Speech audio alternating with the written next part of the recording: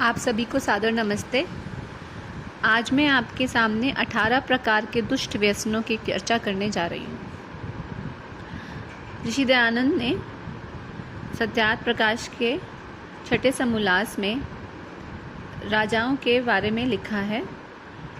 तो उन्होंने ये लिखा है वहाँ पर कि कभी भी राजा को इस प्रकार के 18 व्यसनों में नहीं फंसना चाहिए। और ये राजा के लिए नहीं, ये उपदेश हम सब मनुष्यों के लिए भी है, क्योंकि हम भी किसी न किसी स्थिति में अपने परिवार के या अपने समाज में किसी न किसी पद पे तो हम भी होते ही हैं। और हमारे ऊपर भी हमारे एक इंसान के ऊपर उसका एक पूरा परिवार आश्रित होता है, तो वह भी अपने घर का राजा ही होता है।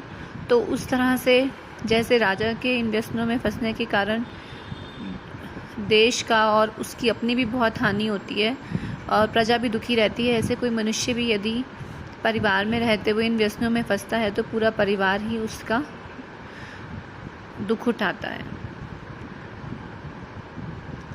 तो ऋषि दयानंद ने 18 प्रकार के दुष्ट व्यसन बताए हैं जो मनुष्य को अवश्य छोड़ देने चाहिए। तो 10 प्रकार के तो व्यसन जो हैं वो काम से उत्पन्न होते हैं, और जो 8 दुष्ट व्यसन हैं वो क्रोध से उत्पन्न होते हैं।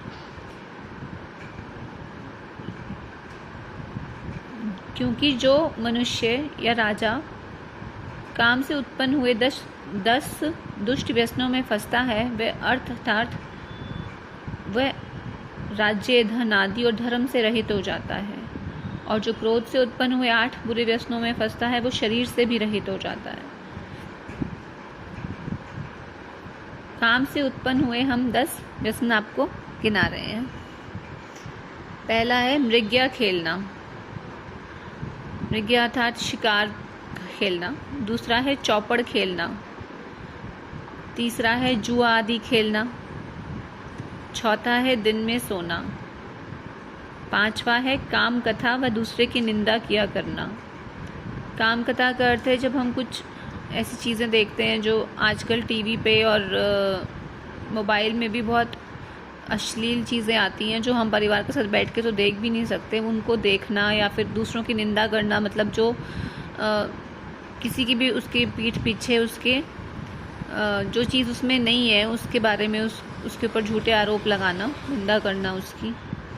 स्त्रियों का अति संग, मादक द्रव्य अर्थात मद्य, अफीम, भांग, गांजा, चरस आदि का सेवन करना। गाना बजाना, नाचना व नाच कराना, सुनना और देखना। हमने देखा है कि नंद जो थे राजा, वो हमेशा नाच गाने में ही हमेशा लिप्त रहते थे और उन्हें देश का कोई भी ध्यान नहीं था। ऐसे बहुत राजा हुए हैं जो अपना ही इन्हीं चीज़ों में फंस जाते थे और फिर वो प्रजा का कुछ भी चिंतन नहीं कर पाते थे और वृथा इधर उधर घूमते रहना। निष्प्रयोजन कई बार हम इधर से उधर घूमते रहते हैं और जो हमारी जिम्मेवारियां हैं उनसे हम भागते हैं, तो हम कहीं भी जाके उन जिम्मेवारियों से अपना मुंह फेर के और इधर उधर बेकार में ही घूमते रहते हैं जिसका कोई अर्थ नहीं होता। तो ये सारे के सारे जो व्यसन हैं ये काम से उत्पन्न होते हैं। और क्रोध से उत्पन्न हुए 8 व्यसन हैं। पहला है पैशुन्यम, पैशुन्यम अर्थात चुगली करना। दूसरा है साहस, बिना विचारे बलात्कार से किसी की स्त्री के साथ बुरा काम करना। तीसरा है द्रोह रखना, जैसे राजद्रोह, देशद्रोह, मित्रद्रोह। चौथा है ईर्ष्या अर्थात दूसरों की बड़ाई व उन्नति देखकर हृदय में जला करना। पांचवा है असूया, दोषों में गुण और गुणों में दोषारोपण करना। जो व्यक्ति जैसा नहीं है उसके बारे में बहुत उसकी बड़ाई करना कि वो बहुत अच्छे इंसान हैं और उसके बारे में बहुत प्रशंसा करना, ताकि मतलब और जो इंसान अच्छा है उसके ऊपर झूठे आरोप लगाकर उसे फंसाना। तो ये भी एक बहुत बड़ा व्यसन है। अर्थ दूषण अर्थात अपने धन को अधर्म युक्त बुरे कामों में व्यय करना। जैसे कि हमने मेहनत से धन कमाया है और उसको हम फिर गलत चीज़ों में खर्च करते हैं, जैसे शराब आदि का व्यय करने में, या उससे हम मद्यपान करें, उससे हम गलत लोगों को, चारण भाट आदि को भी लिखा है श्री दयानंद ने, उनको भी दान नहीं करना चाहिए, वो सब दान निष्फल होता है। और गलत कामों में उसका व्यय करना, जो काम करने योग्य नहीं है हम वहाँ पर बहुत पैसे खर्च कर देते हैं, और जहाँ पर उपकार के, परोपकार के कार्य होते हैं वहीं पर कई बार हम सोच में पड़ जाते हैं। वाग्दंड, कठोर वचन बोलना, बहुत कठोर वचन बोलना, जो जैसे किसी को गाली देके उससे बात करना, या बिना बात पे ही उससे बहुत कठोर होके बात करना। पारुष्यम, बिना अपराध के कठोर वचन या विशेष दंड देना, जैसे किसी ने इतना बड़ा कोई अपराध भी नहीं किया और उसको हम फिर बहुत बड़ा उसके लिए दंड दे दें। ऐसी एक कहानी भी आती है कि एक राजा को कहीं से आए हुए अपने कुछ फूलदान बहुत पसंद थे, तो उस गलती से सफाई कर्मचारी से वो उसके टूट गए, तो उसने उसको अचानक से मृत्युदंड ही सुना दिया। तो ये भी एक क्रोध से उत्पन्न हुआ दुष्ट व्यसन है।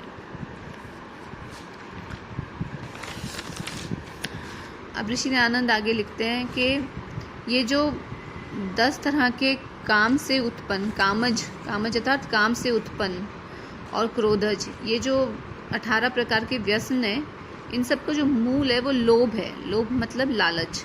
यदि हम किसी लालच में मतलब फंसे हुए हैं, तो जब लालची इंसान जो होता है उसी के अंदर ज़्यादातर करके ये सारे दुर्व्यसन उत्पन्न होते हैं। तो हमें बहुत प्रयत्न करके अपने दृढ़ उत्साही होकर हमें इन सब दुर्व्यसनों को अपने अंदर से उखाड़ के फेंक देना चाहिए। उसके बाद भी काम के व्यसनों में जो 4 महादुष्ट व्यसन हैं वो इस प्रकार हैं। पहला है मृग्या खेलना, स्त्रियों का विशेष संग दूसरा, जुआ खेलना तीसरा, और मद्य आदि मादक द्रव्यों का सेवन करना चौथा। जो हमने पीछे काम के 10 व्यसन पढ़े थे, उसमें से ये चारों को उन्होंने महादुष्ट बताया है। उसके बाद जो क्रोध से उत्पन्न हुए 8 व्यसन थे, उसमें से 3 को महादुष्ट व्यसन बताया है। वो है धन आदि का अन्याय में खर्च करना, कठोर वचन बोलना, और बिना अपराध के दंड देना। और जो ये 7 दुर्गुण है, इसमें भी उन्होंने बताया है कि जैसे सबसे पहला बुरा महादुष्ट व्यसन है धन आदि का अन्याय में खर्च करना, दूसरा है कठोर वचन बोलना, ये उससे बुरा है। पहले वाले से ज़्यादा बुरा है कठोर वचन बोलना, उससे भी बुरा है बिना अपराध के दंड देना। और फिर जो उससे भी ज़्यादा महादुष्ट है वो है मृग्या खेलना। और उसके बाद उससे बुरा जो है वो है स्त्रियों का विशेष संग, और उससे भी ज़्यादा बुरा है जुआ खेलना। और सबसे ज़्यादा बुरा उन्होंने बताया, जो प्रयत्न करके अवश्य छोड़ देना चाहिए, वो है मद्य आदि मादक द्रव्यों का सेवन करना। क्योंकि जब इंसान इन सब मादक द्रव्यों का सेवन करता है तो उसकी बुद्धि उसके नियंत्रण से बाहर हो जाती है, और फिर वो बाकी जितने भी दुर्व्यसन है उसमें वो अवश्य फंस ही जाता है। इसलिए उन्होंने इसी तरह से उसको लिखा है कि पहले से जो ज़्यादा बुरा दूसरा है, दूसरे से बड़ा तीसरा, तीसरे से बड़ा चौथा, उससे बड़ा 5वां, उससे बड़ा 6वां, और उससे बड़ा 7वां है। तो मैंने यहाँ पर इसी तरह से आपके लिए लिखा भी है कि ये धन आदि वाला, उससे बड़ा फिर कठोर वचन, उससे बड़ा फिर बिना अपराध के दंड देना, फिर उससे बड़ा मृग्या खेलना, उससे बड़ा स्त्रियों का विशेष संग, उससे बड़ा जुआ खेलना, और सबसे बड़ा है मद्य आदि मादक द्रव्यों का सेवन करना।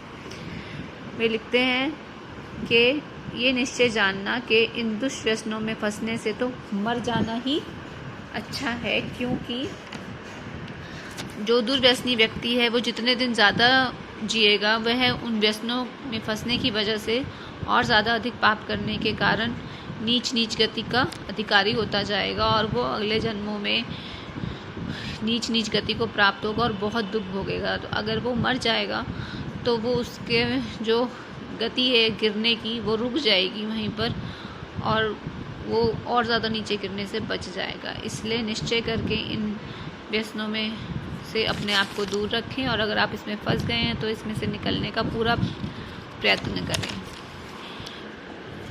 एक आपसे विनती है कि एक चैनल है प्रहरी चैनल, वो आचार्य अंकित प्रभाकर जी उसमें सत्यार्थ प्रकाश बहुत ही अच्छे तरीके से पढ़ा रहे हैं।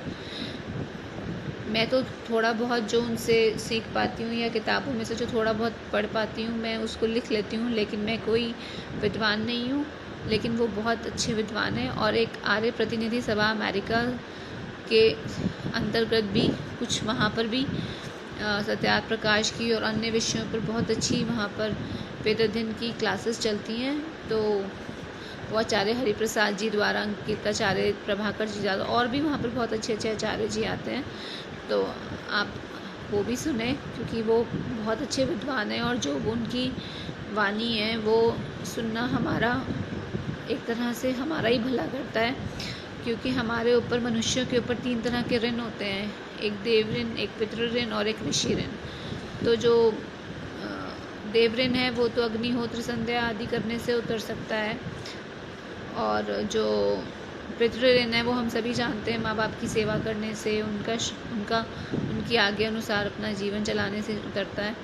पर लेकिन जो ऋषि ऋण है, जो ऋषियों ने हमारे लिए इतनी तपस्या की है, हमारे लिए सुख के लिए इतना प्रयत्न किया है, उनका ऋण उनकी बनाई हुई पुस्तकों को पढ़ने से, स्वाध्याय करने से वो ऋण उतरता है। तो आप, मेरा अनुरोध है कि आप उनको भी ज़रूर सुने। ये बहुत अच्छा कार्य कर रहे हैं इस क्षेत्र में। धन्यवाद।